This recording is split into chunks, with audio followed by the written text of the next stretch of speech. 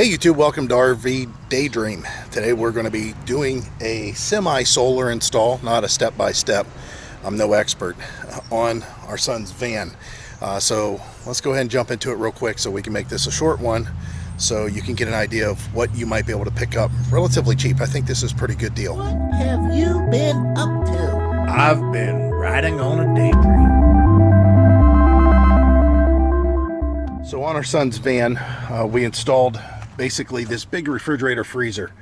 That's so he can have something in here to be able to eat. Basically, he's got a stove top, and of course there's a bunch of other stuff, that's running water here, and then his commode normally fits around the back, but we got it up here for the time being. We were working in the back of the van.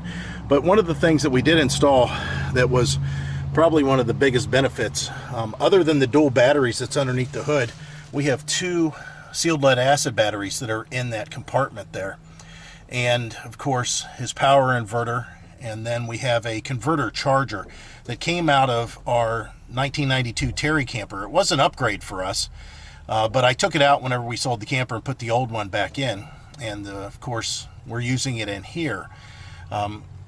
Whenever the batteries go low, right now the only way that we have this set up to charge, because again he has dual batteries underneath the hood that power some stuff back here, is basically a cord out the port. So let me show you that. That's what this is here. We put this hatch in place. It used to be that there was a furnace here. There was a bathroom in here from the previous owner. This thing was bought in 1988, and the guy dropped it off at a conversion shop, and they converted it over for a camper van. Well, a lot of that stuff was outdated when we got it, and it had been uninstalled, so we go in ahead and just did it our own way. So again, normally we just plug this in to an outlet, and that's how it gets charged. Well, the problem is whenever you're not in a situation where you can plug in. So that's what this is back here. He has a little 1,000 watt generator that I did a video on in the past. So I'll put a link up above. You can click that, and it'll take you to basically us running it and showing stuff that it can do. But the thing is he may be in a situation where he can't necessarily run his generator. So ultimately we know that solar is the answer. So if we go up on top of the van here, you can see there's nothing except for the Max fan that we installed and the old stink pipe for the old commode that used to be in there, which is nice because it's the right size. We don't have to drill a hole, and it's all sealed off for the most part. So we just have to kind of modify this a bit, cut it down, and maybe put some Eternabond over it. But this gives us an area where the luggage rack used to be. There used to be a luggage rack up here. That's what all these urethane pieces are here, where I sealed it off. But it gives us a good platform for mounting a solar panel. So let's go ahead and talk about the solar panel stuff. So whenever it comes to solar panels, we were looking for stuff for our RV originally. And we do have a couple of options. First of all, we have that folding solar panel setup that we have that comes with a battery bank, you know, a power station. That'll work. We like that. We also went ahead and got a suitcase solar panel, you know, a folding solar panel. It's like 100 watts. It'll do the job, and it plugs into the front of our RV. You can see here, and I marked it positive and negative because sometimes the solar suitcases don't match what the RV is. So I had to mark it and make sure that it was okay. But that'll allow us to basically take that solar panel and set it off in the sun and plug it into the front of the RV and charge our batteries direct. Well, ultimately, we're going to go with solar panels on top of the RV. And one of the companies that we've dealt with in the past is called Bouge RV. Some people call it Bouge RV. It is kind of a French-looking name. However, this is a company that is definitely not based in France. This is a company that has a lot of products that are engineered elsewhere, but is manufactured out of China. Now, as far as the products that we have, that we've had in the past, like the RV cover that we did a review on, exceptional. I didn't have any problems with it. It was very, very good piece. But just like that and a lot of other reviews, this stuff was sent to us. We are not being paid for this. It was just sent to us for us to take a look. There was no promise of anything. They said the one thing that they want us to make mention of, which they didn't give me any parameters whatsoever. They didn't say, hey, you have to cover this, you have to talk about that. They said one thing, though, that they definitely want me to mention, and we'll talk about that, and I'll bring that back up again. And it's a good point. It's an exceptional point. So basically, we got sent a solar panel and an MPPT controller, some other goodies, some other panels. Again, the install though on this, we're going to do it for the van. And to keep brevity with this nice weather that we have, it's going to be raining tomorrow. I think we'll just go ahead and set the panel up on the roof to try to get the gist of everything and how it works. So this is how it came. This is the solar panel. We also got the MPPT solar charge controller. This is kind of really the first time I've opened that up and taken a look at it, except for this panel. I wanted to see what that looked like. Some brackets for mounting the solar panel, battery cables that run from the solar panel into the van in this case, and then from the solar charge controller to the batteries. Probably a little bit overkill, too much, but we wanted to have extra just in case. Inside here is a 170 watt panel. So I wrote on the box to give me some details.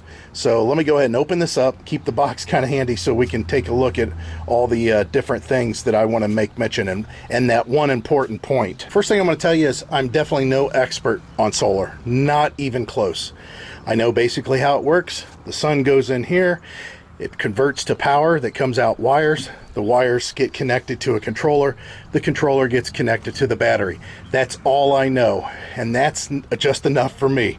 I don't need to go into any great detail and become an electrical engineer to install this. Not for something as basic as what I want to do, and that's just collect solar. Now, I'm sure there's ways to become more efficient and get better results, but I do know this is a monocrystalline panel. I know that's supposed to be effectively better than a polycrystalline. I can tell you that the quality looks good as far as just visually. Everything looks very symmetrical. I don't see any weird breaks or anything in the soldering and the connections that are going on here. As far as when it was shipped, I know that it was shipped to me and there was this big hole, but it looked like it was just a tear, and I don't see any damage whatsoever. Now, some of the benefits to this panel, first of all, it's not extremely big, but it is a full-size solar panel. This thing is roughly 26.5 inches wide across here, 58 inches long, so it's, you know, it's not a 4-footer, it's 58 inches long, and then the thickness is just over an inch. It's showing about an inch and 5/16. So pretty decent there. Now, it is a metal frame that it's mounted in. There are no brackets that come with this. You have to buy the brackets separately. There is no flip-up hinge assembly or anything like that.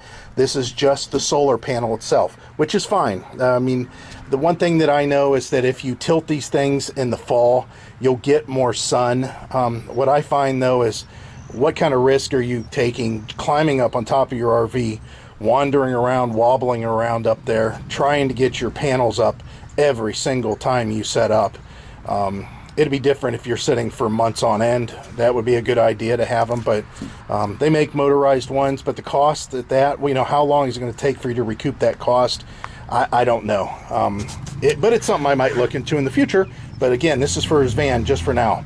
So those are the dimensions. As far as the weight, I think this thing comes out to be about 25 pounds, if I'm not mistaken. 28 pounds is what it lists on the shipping with the packaging. So that's about right, probably about 28 pounds.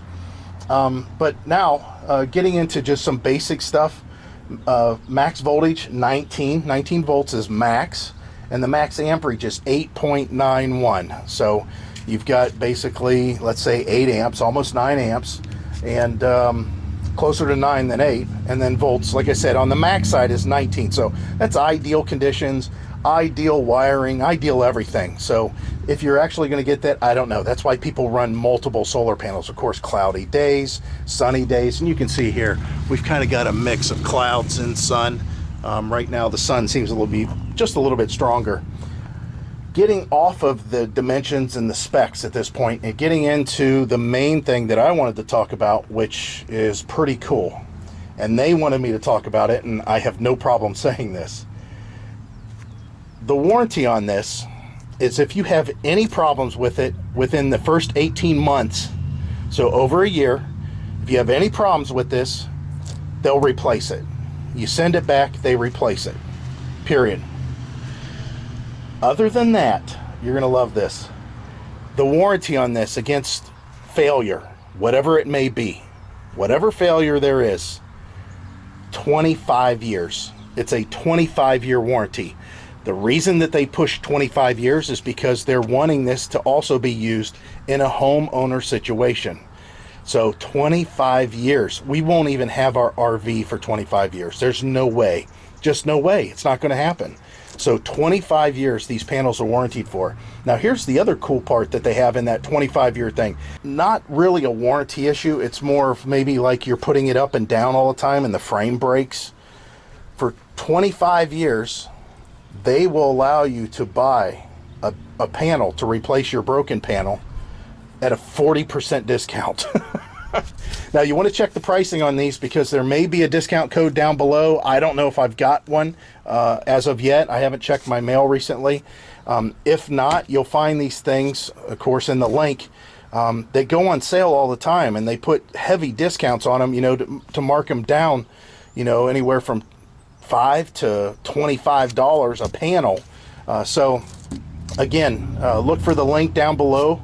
And so far I'm impressed. I mean, the nice thing about it is a lot of these panels are 100 watts. So then you're 100, 200, 300, you know, you got 4 panels, you got 400 watts. Well, for our RV, we've got 4 panels. So we got this one for the van, and we got 4 other panels. So I know, you know, in the future, we're going to have quite a bit of voltage and amperage hopefully flowing through there. So much so, I don't have to get to the point where I'm only got 2 panels and I have to tilt them up to make sure I've got enough. Hopefully those 4 just staying flat on the roof will do the job.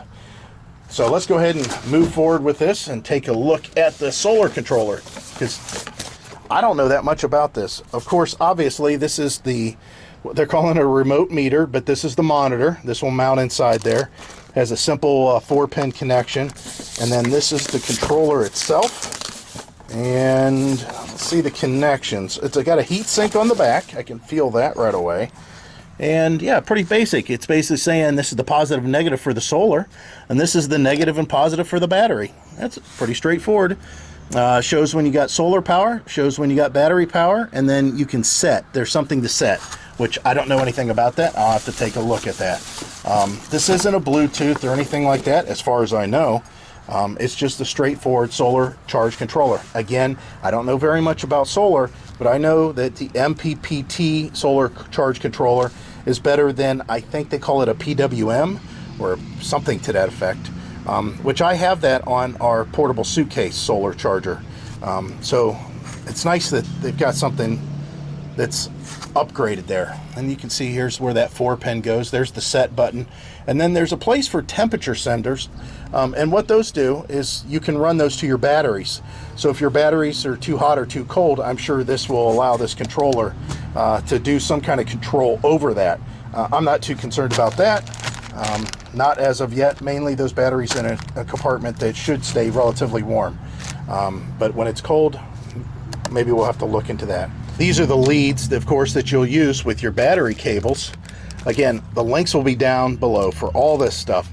Make sure you just find out what length of cables you need to get inside your RV or van, and what length of battery cables you need to get from your charge controller to your batteries. Of course, you can buy those on your own, but the longer you go, you're going to have to do some math and figure out which ones you need. But basically, your charge controllers going to be connected through these MC4 connectors.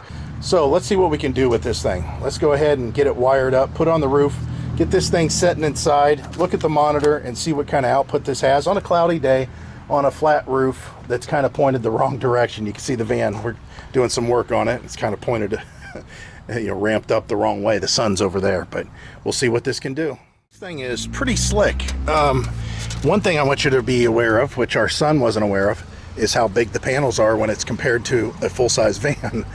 We were wanting to put it across the van from this side to that side. The problem is we wanted it as close to the roof as we could get. That's why we're using those Z brackets that are right over there. The Z brackets, you have to drill your own holes. There's some holes that are in here as a guide, but you have to drill your own holes. They're not lined up, which I'm not sure why that would be, but that's just the way that it is. Getting back to what I was saying about the size, when we put it across the van, it looked like a wing because the van's roof kind of curves. So it was straight out. It's all the way out to here. It just didn't look right. Like I said, I just wanted to get the panel up here first of all. Now we'll go ahead and go inside the van. I threw it together relatively quick, and you can see how cloudy it is. I mean, the sun just totally went away. But even with the clouds that are going on, the 3 lights on the solar charge controller that's dirty from my hands, the one on the left is the one that I was concerned with because it's red. And basically it says it's the battery voltage is below the under voltage point. So basically it is a low point. It's a low point that is set that says, hey, your battery is below a certain point. You know, as far as voltage wise, it's just kind of like a warning. It's not an audible, it's just that light. However, more importantly, the thing that you need to see is that the light on the right is green and it's solid, and that means the MPPT controller is working and it's in a bulk state right now. It is in a bulk charge because the batteries were low. They haven't been plugged in for probably 2 weeks now with no input whatsoever. Now the cables, of course, I got length to them. We're going to go ahead and secure these up out of the way, but that's really not necessarily needed for this part of the installation, or just throw together really. This isn't a full-blown install video, like I said. And as far as the controller, it's pretty easy to read. It's not lit up. The one thing that I can say that I don't care for is the battery temperature is shown in Celsius. In the US here, we're just not used to that. So let me go ahead and try to go through this real quick and show you all the different settings. All right, so I'll try to hold this so you can see all of this, but the glare is happening and it's raining a little bit. And even with the rain, you can see the batteries are at 12.9 volts.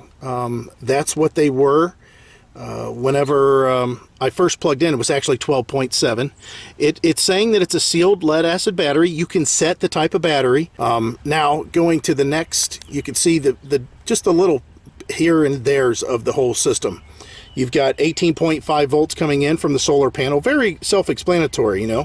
There's a picture of a solar panel and that's showing voltage. That's what it provides, 18.5 volts.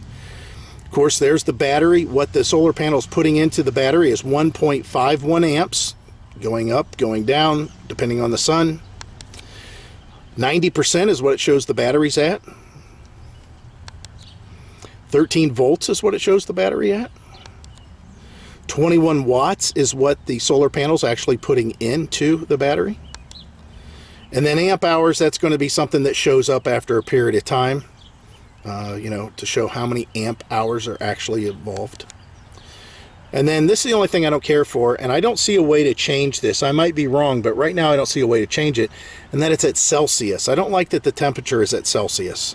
You know, as much as the metric system is the way to go and all the future, and it's been the future for years and everybody else uses it, that doesn't do us any good here because none of us have been brought up on Celsius. And then these are the error codes, which in this case says 0. There's error 0. So the solar charger controller, the remote meter, it's pretty self-explanatory, and it's on a pretty good sized lead here. Just plugs in. I'm sure we could find a place for it. It's a little bit easier to use.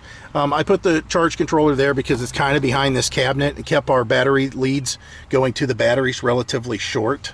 Yeah, I think that for the money, this thing would probably be a nice, easy startup.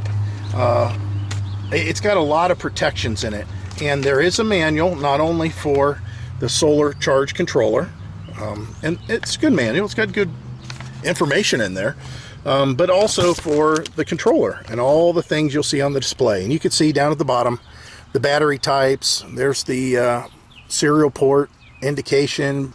It does say Bluetooth indication. I don't know how that works. I don't know if there's actually a Bluetooth involved. I think that might be something that is an option that could happen, you know, in the future.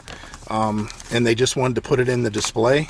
But yeah, I think that a lot of this is pretty interesting. You can see there's quite a few different controllers that are available. But yeah, I'm really impressed with this. I think this is a nice system. And again, the company, trust me, these guys really want to make sure that they take care of you. So if you have any problems whatsoever, give them a call. I mean, that's the best part about it, is you're able to communicate with them. I think that this is going to work really well for him. It gives us the ability to add more solar panels, and at that point, you know, he's 340 watts worth of solar that he'll have on the roof that's available, which he talked about. But right now, this will do fine. So I'm going to leave it at that. Bouge RV or Bouge RV. The link's down below. I've really been happy to work with these people. Out of all of the reviews that I've done over a long period of time now, other than some of our solar power packs that were coming from one particular company, this company is exceptional to work with. They really are. Good communication, and they're always saying in their comments that they're there for warm comfort, basically, if you have any problems. So again, some of this stuff may fail at some point, like all electronics do, but you got a company that'll back them up. I appreciate you guys watching. As always, hope to see you out there. Bye.